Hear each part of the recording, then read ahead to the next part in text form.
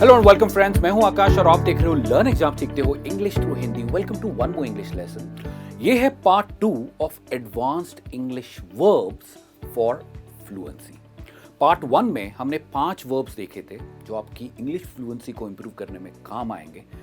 अगर आपने वो लेसन नहीं देखा है तो उसकी लिंक आपको ऊपर यहां पर कहीं मिलेगी, जरूर उस लेसन को देखिए। तो चलिए शुरुआत करते हैं आज के लेसन की। इस advanced English verbs lesson series में आपको कुल मिलाकर मिलेंगे 10 इंग्लिश लेसन्स, यानी कि 50 advanced English words with example sentences, करीब करीब 200 या 250 एग्जाम्पल सेंटेंसेस। और ये लेसन है part 2 of advanced English verbs for fluency. इस सीरीज के पार्ट 1 में मैंने आपको बताया था कि वर्ब्स एंड टेंसेस इंग्लिश में बहुत जरूरी होते हैं, क्योंकि हमें वो पास्ट टाइम, प्रेजेंट टाइम और फ्यूचर टाइम के बारे में बताते हैं। अगर हम वर्ब्स और टेंसेस को हमारी सेंटेंसेस में निकाल दें तो सेंटेंसेस का कोई मतलब नहीं होगा, क्योंकि हमें ये नहीं पता चलेगा कि हम पास्ट में बात कर रहे हैं, फ्यूचर में बात कर रहे हैं या प्रेजेंट टाइम में बात कर रहे हैं। ठीक है, अक्सर हम यूज करते हैं नॉर्मल इंग्लिश वर्ब्स, जैसे he said, she said, he did this, right. पर वो वर्ब्स तभी तक यूज करना सही होगा जब तक आप एक बेसिक लेवल पे है या इंटरमीडिएट लेवल पे है।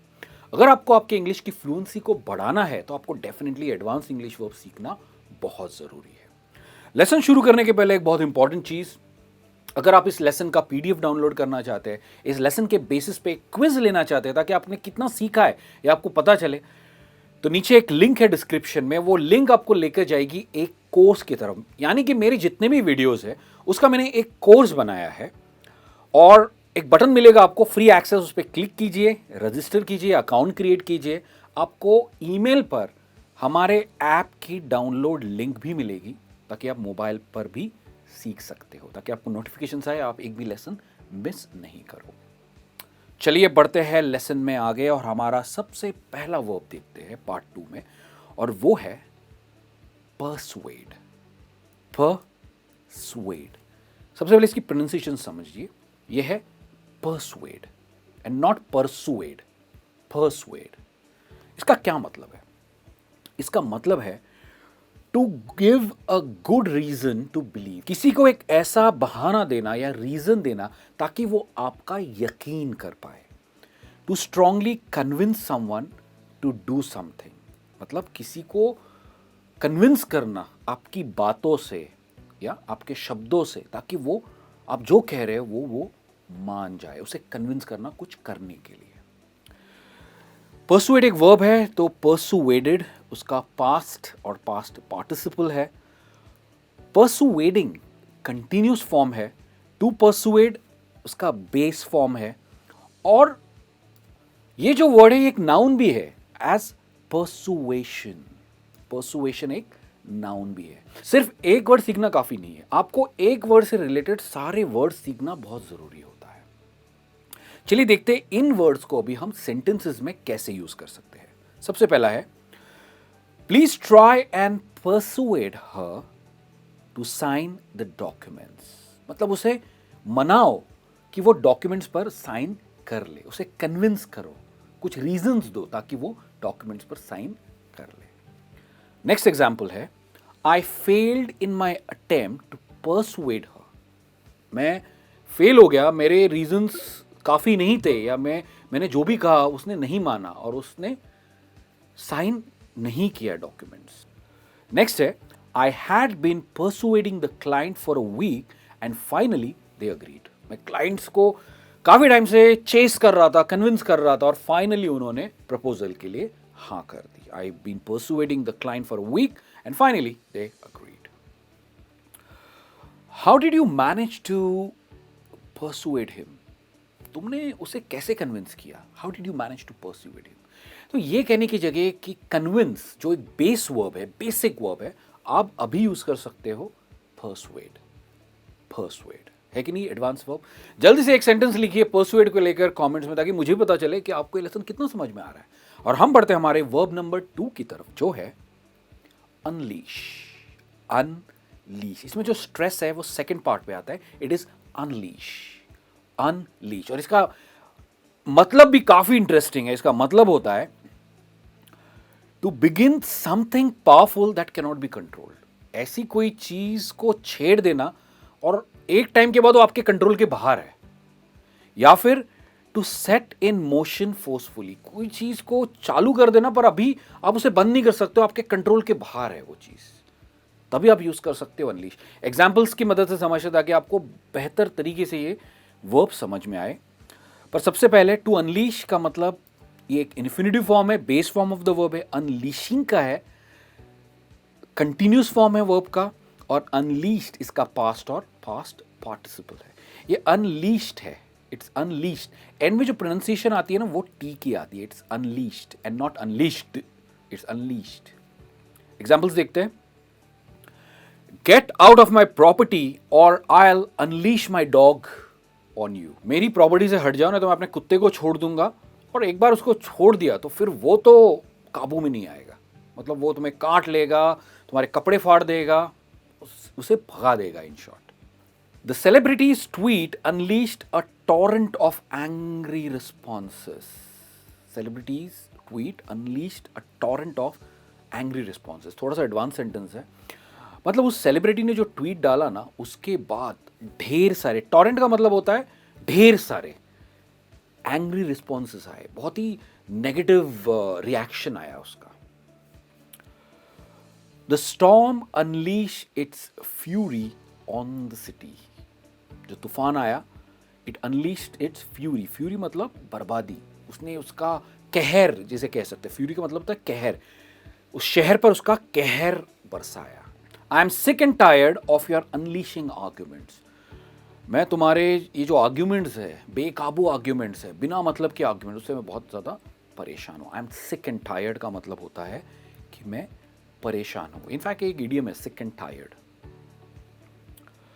नेक्स्ट है लिव रिच। लिव रिच, और यहां पर भी स्ट्रेस फर्स्ट पार्ट पे आता है, leverage. Leverage, leverage का क्या मतलब है? लिव रिच का मतलब है power to influence people to get the results you want. कभी कभी होता है कि हम अपना इन्फ्लुएंस दिखाते हैं ताकि हमारा काम बन जाए, राइट? कभी कभी हम बड़े बड़े लोगों के थ्रू किसी पे प्रेशर डलवाते हैं ताकि अपना काम हो जाए, तो उसी का मतलब होता है टू लिवरेज। या फिर relation between money and loans. जब बैंक आपको एक लोन देती है तो उसके अगेंस्ट कुछ गिरवी रखती है, उसी को कहते हैं लिवरेज। इसके दो अलग मतलब है, राइट? एक है टू इन्फ्लुएंस, किसी पर दबाव डालना किसी चीज को लेकर। सेकंड है जब गिरवी कोई चीज रखते हैं उसे भी आप लिवरेज कहते हैं। टू लिवरेज इंफिनिटिव फॉर्म है, लिवरेजिंग कंटिन्यूअस फॉर्म है, लिवरेज्ड उसका पास्ट और पास्ट पार्टिसिपल है, और लिवरेज को आप एज अ नाउन भी यूज कर सकते हो। देखते हैं कैसे, एग्जाम्पल्स की मदद से। The actor used all the possible leverage to get the award. मतलब उसने अपना सारा इन्फ्लुएंस लगाया ताकि जो अवार्ड है बेस्ट एक्टर का वो उससे ही मिले। China has a leverage over almost all the poor Nations in the world. I am sure आपने ये न्यूज में सुना होगा। जैसे फॉर एग्जाम्पल देख लीजिए श्रीलंका। श्रीलंका को इतना कर्जा दिया है कि इनफैक्ट वो देश अभी ऑलमोस्ट चाइना का हो गया है, क्योंकि वो कर्जा कभी पे कर ही नहीं पाएगा। तो उसने क्या किया है, उसको अपना इन्फ्लुएंस डाला है। जो यहां पर एक relation between loans and money है। The bank has refused to give any more leverage until we provide fresh collateral. Bank ने क्या किया, रिफ्यूज किया। किस लिए किया? और पैसा देने से मना किया, राइट? मतलब लिवरेज देना मतलब लोन देना, जैसे मना किया। क्यों मना किया?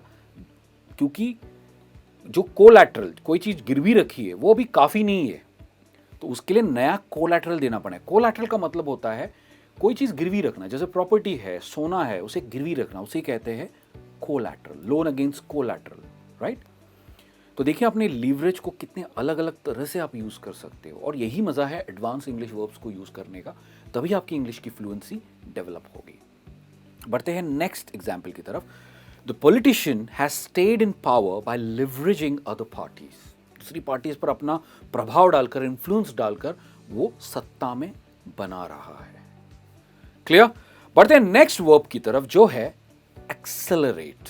एक्सेलरेट, इसमें जो स्ट्रेस है वो से पे आता है, एक्सेलरेट, जिसका मतलब है to increase the speed of doing something. गाड़ी हम एक्सेलरेट करते हैं, स्पीड बढ़ाते हैं।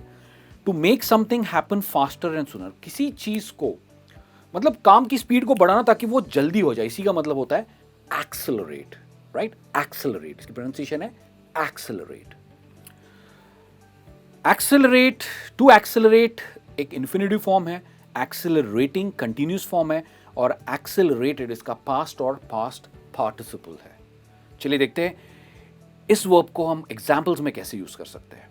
The inflation is likely to accelerate this year, adding pressure on the middle class. Inflation का क्या मतलब होता है? इन्फ्लेशन का मतलब होता है महंगाई। महंगाई, तो महंगाई इस साल बढ़ेगी और उसके बढ़ने से उसका प्रभाव किस पर होगा? मिडिल क्लास पर होगा। Clear? Genetically modified crops accelerates food production.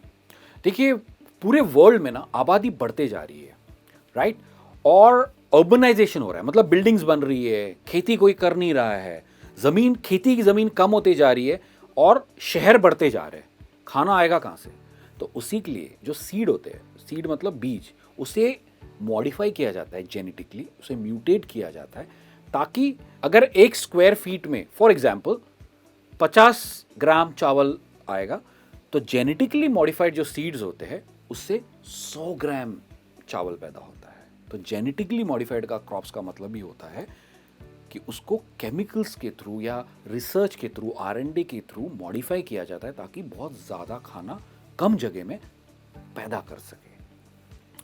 The startup ecosystem is accelerating in India. हकीकत बात है, बहुत सारे स्टार्टअप्स इंडिया में बनते जा रहे हैं, बहुत सारे यूनिकॉर्न्स नए नए इंडिया में आए हैं, बहुत सारी कंपनीज जो स्टार्ट हुई थी वो आज बिलियनियर कंपनीज हो चुकी है, right? So startup ecosystem in accelerating in India. Ecosystem का मतलब एक ओवरऑल प्रोसेस जिससे एक पूरी इंडस्ट्री डेवलप होती है, एक इकोसिस्टम बनता है।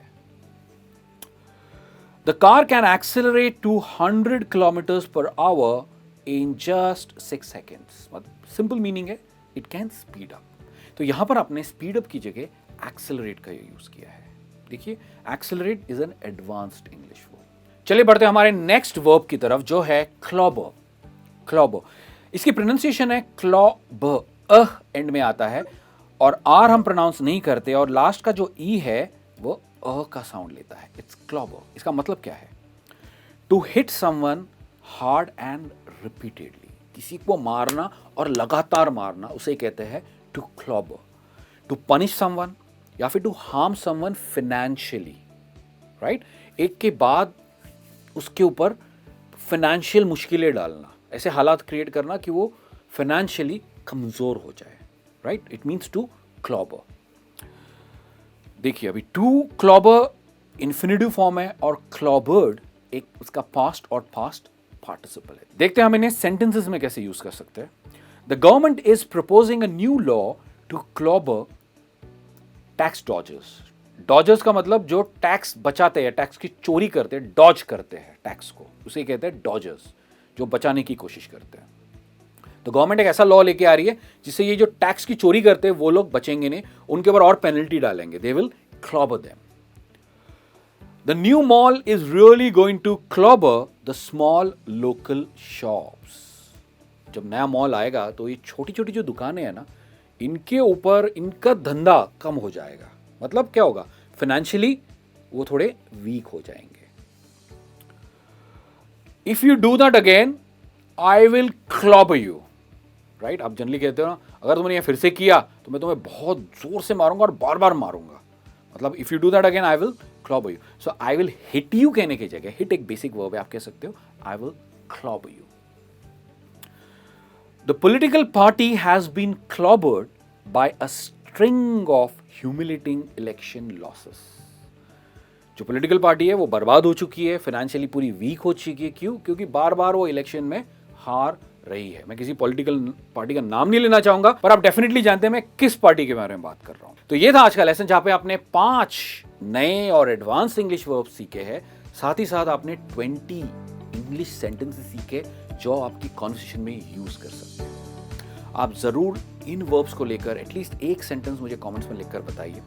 मैं आपसे जल्द मिलूंगा इस सीरीज के पार्ट 3 के साथ। तब तक as usual keep learning English, keep practising English and